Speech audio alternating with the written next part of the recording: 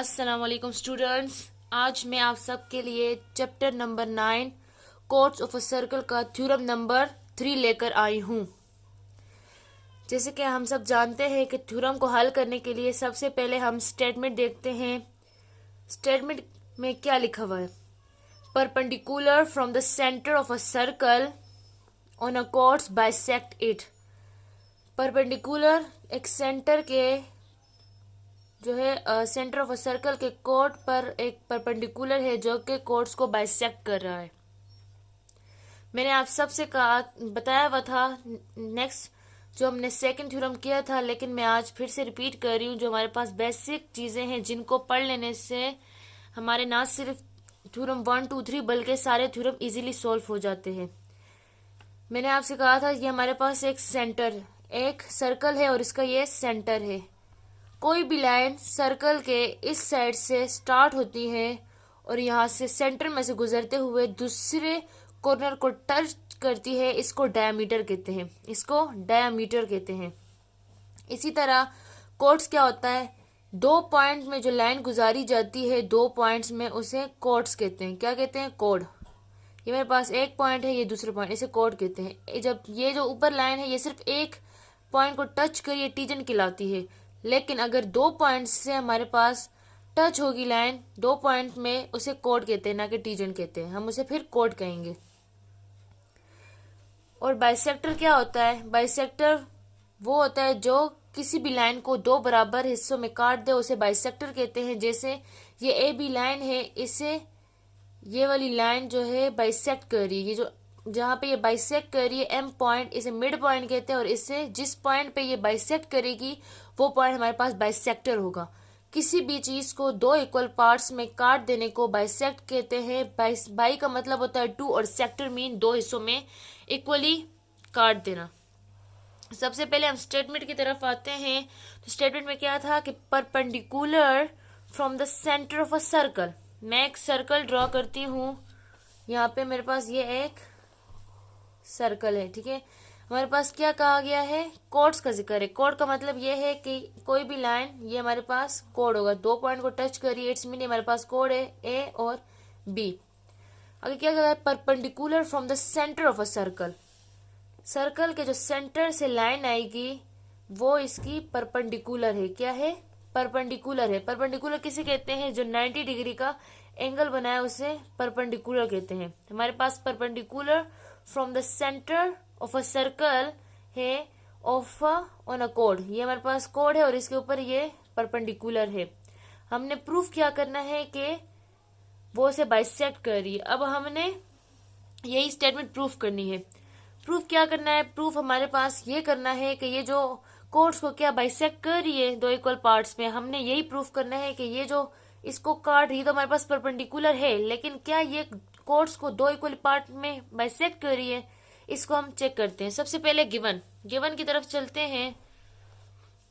Given में कहा गया है A B line segment is the कोड of a circle. A B is the कोड ऑफ अ सर्कल। ये मैंने आप लोग को अभी बता दिया कि ए बी जो हमारे पास है वो कोड है, ठीक है, of a circle with centre at O. Centre O से हमारे पास ये दोनों कोड है। ये हमारे पास सेंटर पॉइंट ओ से ये ए बी लाइन हमारे पास कोड है। सो डेट ओ एम, ये पॉइंट ओ है, ये हमारे पास पॉइंट एम है, ये हमारे पास पॉइंट एम है। तो ये ओ एम जो है हमारे पास परपेंडिकुलर है। इस साइन का मतलब होता है परपेंडिकुलर, और हमने लाइन में पढ़ चुके हैं स्टेटमेंट में कि परपेंडिकुलर है। तो इट्स मीन ओ एम जो हमारे पास है, O M is the perpendicular to कोड ए बी। कोड ए बी ये तो हमारे पास हो गया गिवन में। हमारे पास गिवन है और गिवन हम अपने और वर्ड्स में भी लिख सकते हैं। अगर किसी को बेटर इंग्लिश आती, जरूरी नहीं है कि आप लोग बुक्स का ही फॉलो करेंगे, आप अपनी भी वर्डिंग यूज कर सकते हैं। उसके बाद आते हैं टू प्रूफ। हमने टू प्रूफ क्या करना है? M is the mid point. M is the mid point, ये हमें पता है M is the mid point of कोड ए बी। क्या M A is equal to M B है? जैसे कि हमारे पास स्टेटमेंट में दिया हुआ था कि बाइसेक्ट इट। क्या ये इसको बाइसेक्ट करता है? हमने यही तो प्रूफ करना है कि ये इसको इक्वल पार्ट्स में बाइसेक्ट करता है। तो यहाँ भी प्रूफ में वही लिखा गया है कि एम हमारे पास मिड पॉइंट है, लेकिन क्या ये ए एम का जो फासला है वो बी एम दोनों का फासला इक्वल है। ये हमने अब प्रूफ करना है। कंस्ट्रक्शन, हमने इसमें कंस्ट्रक्शन क्यों की? कंस्ट्रक्शन इसलिए कि अगर हम इसको प्रूफ करने चलें, एक हमारे पास परपेंडिकुलर है और एक हमारे पास ए बी कोड है, लेकिन इसको प्रूफ हम कैसे करें? हम इसमें कंस्ट्रक्ट करेंगे, इस तरह कंस्ट्रक्ट करेंगे कि हमारे पास एक ट्राइंगल बन जाए, एक या दो ट्राइंगल बन जाए जिसके जरिए से हम इजीली प्रूफ कर सके। तो अगर मैं यहाँ से ओ ए को और ओ बी को आपस में मिला लूं तो हमारे पास दो ट्राइंगल बन जाएंगे, O A M and O M B, दो ट्राइंगल बन जाएंगे जिसके जरिए से हम इजीली प्रूफ कर सकेंगे। तो हमने यहाँ पे कंस्ट्रक्शन क्या की, join A and B with O A को भी ओ से मिला लिया, ओ को बी से मिला लिया, यानी दोनों को हमने ओ से मिला लिया। उसके बाद हम स्टेटमेंट की तरफ आते हैं। स्टेटमेंट में क्या कहा गया है, ये जो हमारे पास होता है एंगल, ये एंगल का साइन होता है, ठीक है, ये ऐसे जो तिरछी सी लाइन होती है ये एंगल का साइन होता है, साथ में आर टी, आर टी मतलब राइट एंगल, ये राइट एंगल को शो करते हैं, यानी राइट एंगल। और जो अगर ये ट्राइंगल होता है और उसके ऊपर ये एस, तो इसमें ट्राइंगल है, इसमें लिखा हुआ है in right angle triangle O A M is corresponding to O B M, यानी हम ओ ए एम और ओ बी एम को प्रूफ कर रहे हैं ना, तो इसलिए हम इसको पहले लिखेंगे। क्या है, O A M and O B M. हम राइट एंगल ट्राइंगल प्रूफ करें। राइट एंगल क्यों प्रूफ करें? क्योंकि हमें बताया गया था कि इज अ परपेंडिकुलर, और मैंने अभी बताया कि परपेंडिकुलर का मतलब होता है जो 90 डिग्री का एंगल बनाए उसे परपेंडिकुलर कहते हैं, इसलिए हमारे पास ये राइट एंगल ट्राइंगल है। सबसे पहले हम देखते हैं हमारे पास क्या है, measurement O M A, measurement O M A is equal to measurement O M B. O M A कौन सा हमारे पास, O M A is equal to O M B. ये हमारे पास क्या है, एंगल। एंगल में बेसिकली बहुत से लोग कंफ्यूज हो जाते हैं और कहते हैं कि एंगल हम कैसे लिखें, तो आप लोगों ने कंफ्यूज नहीं होना। एंगल हमने लिखा है, फर्स्ट करें ओ एम ए, बेसिकली हम अगर लिखें ए ओ एम तो ये हमारे पास गलत है, ये भी गलत है, ये हमारे पास टिक है, क्योंकि जिस पे एंगल होगा, अगर आप लिखते हैं एंगल ए एम ओ तो भी ये ठीक है, क्योंकि जो बेसिक हमारे पास है एंगल किस पे है, एम पे। जिस पे एंगल होगा उसको मिडल में लाना है। एंगल इस तरह लिखना है हमने कि जिस पे एंगल बना हुआ होगा वो मिडल में आए, जैसे कि ओ एम ए या ए एम ओ। बेसिकली हमारे पास जो एम है वो मिडल में आना चाहिए। तो यहाँ पे कहा गया है कि angle O M A is equal to angle O M B. क्यों इक्वल है? क्योंकि ये 90 डिग्री का है, दोनों 90 डिग्री के है ना, ये इसमें मिडल में पाया जा रहा है, ये इसमें मिडल में लाई कर रहा है, और साथ में हमें कहा भी गया है कि परपेंडिकुलर है। क्या है हमारे पास, ये बताया गया है यहाँ पे कि ये हमारे पास परपेंडिकुलर है, इट्स मीन कि ये हमारे पास 90 डिग्री का है।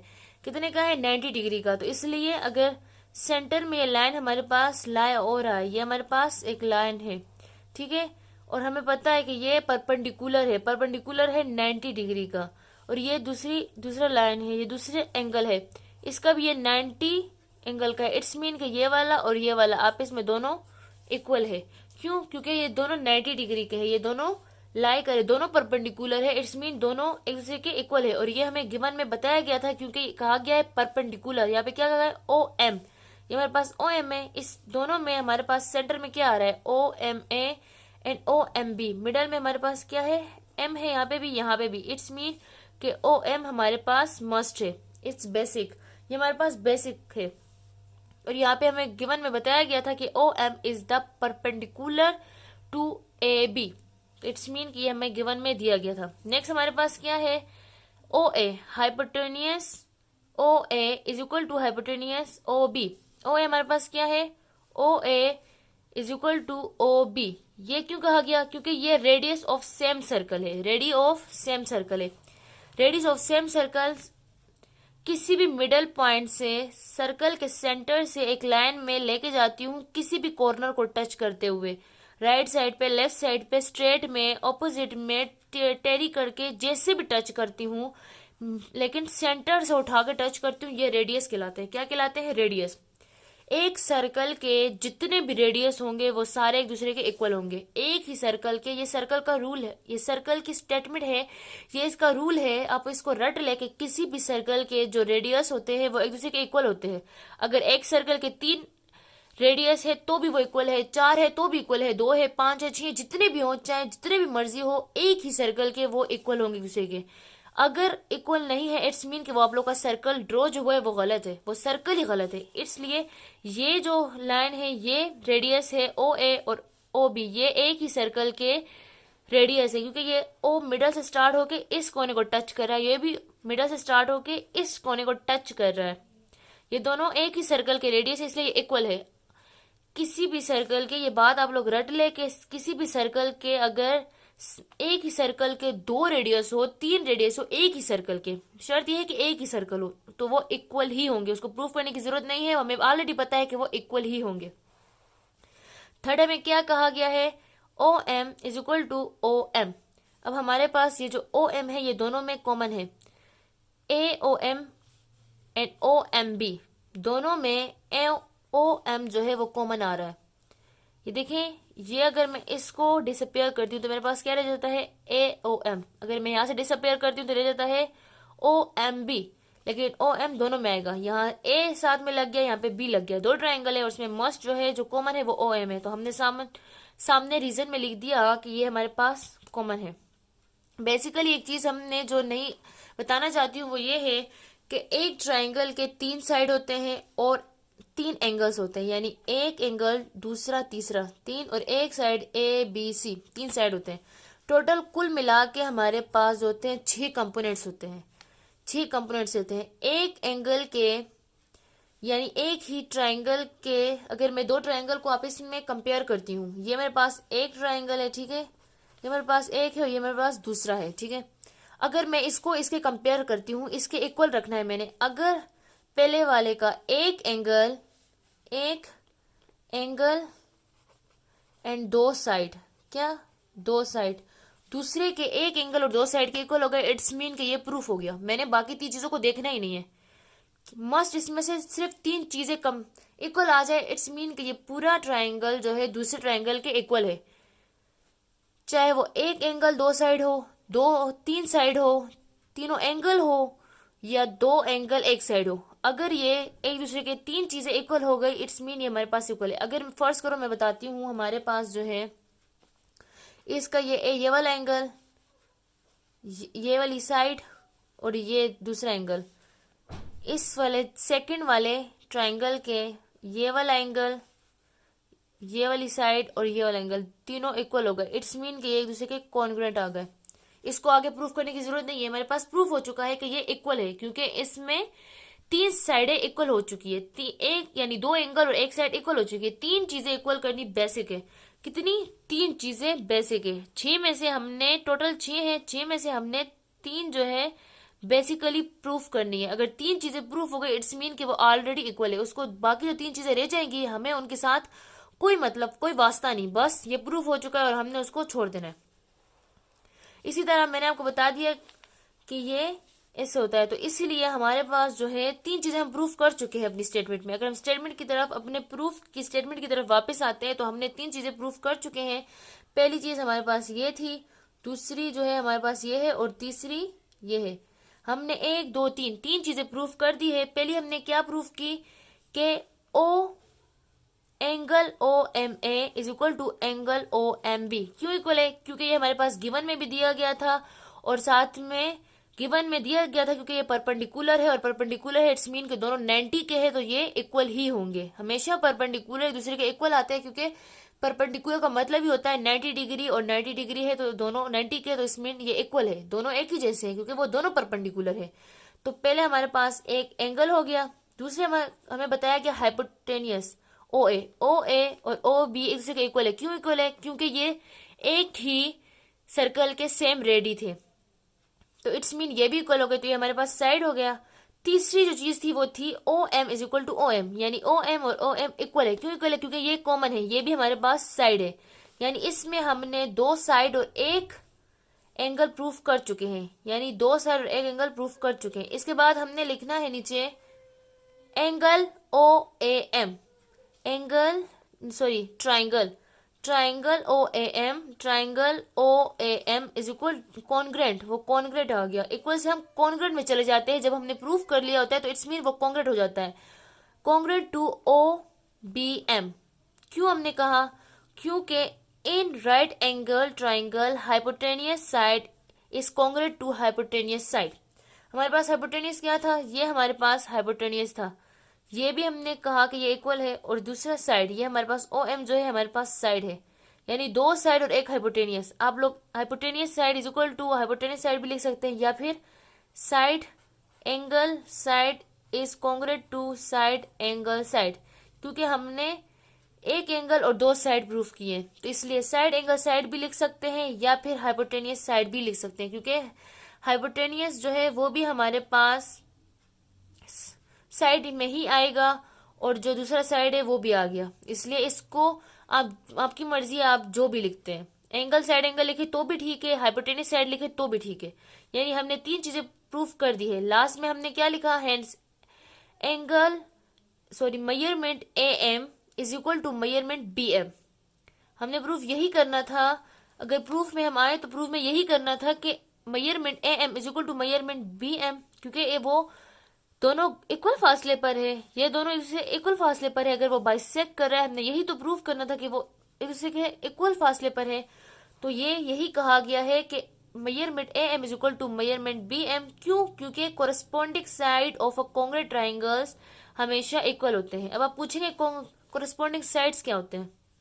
मेरे पास एक एंगल है ये, ठीक है, ये मेरे पास एक एंगल हो गया, ठीक है, ये मेरे पास 70 का एंगल है, ये भी मेरे पास 70 का एंगल है, ठीक है, ये मेरे पास एंगल हो गया ए बी सी, ए बी सी, ठीक है। अगर ये साइड मुझे पता है कि ये मेरे पास 90 डिग्री की है और मुझे फाइंड करनी है ये दूसरे एंगल की कि ये बी सी कितना है। अब मुझे पता है कि ये एक दूसरे के कोरस्पोंडिंग साइड है, क्योंकि ये एंगल है, इसका साइड दोनों का इक्वल होगा, क्योंकि ये 70 का है, ये भी 70 का है। ये जो साइड है बीसी, इसकी भी बीसी है और इसकी भी बीसी है। इट्स मीन कि ये और ये दोनों एक दूसरे के कोरस्पोंडिंग है, तो ये भी 90 डिग्री 90 का ही होगा, 90 की ही लेंथ होगी इसकी भी 90 की लेंथ होगी, क्योंकि मैंने एज्यूम की है 90, इट्स मीन 90 कर ले, 9.2 कर ले, वटेवर, तो ये इक्वल होंगे, क्योंकि ये दोनों कोरस्पोंडिंग साइड है। एक दूसरे के कोरस्पोंडिंग साइड्स या कोरस्पोंडिंग एंगल्स हमेशा कॉन्ग्रेंट ट्राइंगल के इक्वल होते हैं, क्योंकि ये कॉन्ग्रेंट एंगल है। अब ये मैंने यहाँ पे एंगल लिया है ना, ये कॉन्ग्रेंट है, क्योंकि ये भी 70 का है, ये भी 70 का है, ये भी ए बी सी, ये भी ए बी सी है, ये हमने मेजरमेंट जो साइड की है इसकी बी सी थी, ये भी बी सी थी। इट्स मीन कि ये दोनों कॉन्ग्रेंट है और दोनों की साइडें जो है कोरस्पोंडिंग एक दूसरे की, तो इट्स मीन ये दोनों इक्वल होंगे एज इट इज। ये भी जो था ये एक दूसरे कोरस्पोंडिंग है, ये है ए एम, ये भी बी एम, ये इसके जो परपेंडिकुलर जा रहा है ये भी 90 डिग्री का है, ये भी 90 डिग्री का है। इट्स मीन कि दोनों दूसरे के कोरस्पोंडिंग है, तो ये एक दूसरे के इक्वल होंगे। कोरस्पोंडिंग साइड हमेशा एक दूसरे के इक्वल होते हैं, ये बात याद रख ले। तो लास्ट में हमने क्या लिखा, ओ एम बाइसेक्ट द कोड ए बी, यानी हम प्रूफ कर चुके हैं कि हमारे पास जो मिड पॉइंट थी ओ एम, उसने ए बी को बाइसेक्ट कर दिया, यानी इक्वल में बाइसेक्ट कर दिया। आप लोगों को हर थ्योरम इंशाल्लाह आसान ही लगेगा अगर आप लोग बेसिक चीजें जान लें। मसलन डायमीटर क्या होता है, कॉर्ड्स क्या होते हैं, रेडियस क्या होते हैं, बाइसेक्टर क्या होते हैं, परपेंडिकुलर क्या होते हैं। अगर आप लोग ने बेसिक चीजें जान ली तो थ्योरम करना मुश्किल ही नहीं, क्योंकि आधी से ज्यादा इन्फॉर्मेशन वो हमें दे चुके होते हैं। जैसे कि इस थ्योरम में आप लोग देख सकते हैं कि गिवन में हमें दे देते हैं, हमने गिवन लिखना होता है। जरूरी नहीं कि हमने बुक से ही लिखना है, हम अपने ऑन वर्ड्स भी लिख सकते हैं। बहुत से बच्चे ऐसे होते हैं जो कि बहुत ही मोस्ट इंटेलिजेंट होते हैं, टॉपर्स कहते हैं, अल्ट्रा अप्रोमैक्स होते हैं, तो उनके लिए कोई मुश्किल चीज ही नहीं है। लेकिन बेसिक चीजें ये है कि हम ये जान लें कि जो इसकी सर्कल की मेन पॉइंट्स होती है, मेन पार्ट्स होते हैं, वो क्या होते हैं। जो अगर हमें स्टेटमेंट बताया जा रहा है परपेंडिकुलर क्या है, अगर मुझे पता ही ना हो कि परपेंडिकुलर क्या है तो मैं कैसे बताऊं कि जी परपेंडिकुलर है। मैं परपेंडिकुलर की जगह नीचे लाइन कोड लगा दूं, कोड की जगह परपेंडिकुलर लगा दूं, तो ये सवाल मेरा पूरा जो स्टेटमेंट है वो गलत हो जाएगी। इट्स मीन हमें मेन और बेसिक चीजें आनी चाहिए, बाकी जो थ्योरम है वह इजीली प्रूफ हो जाता है। अगर इसके बाद भी किसी को कोई मसला या इशू है तो प्लीज हमें कमेंट कीजिए, ताकि हम आपके लिए नेक्स्ट टाइम गुरेज करें उस मसले से, और ताकि आप लोग के लिए आसानी और पेश कर सके। शुक्रिया।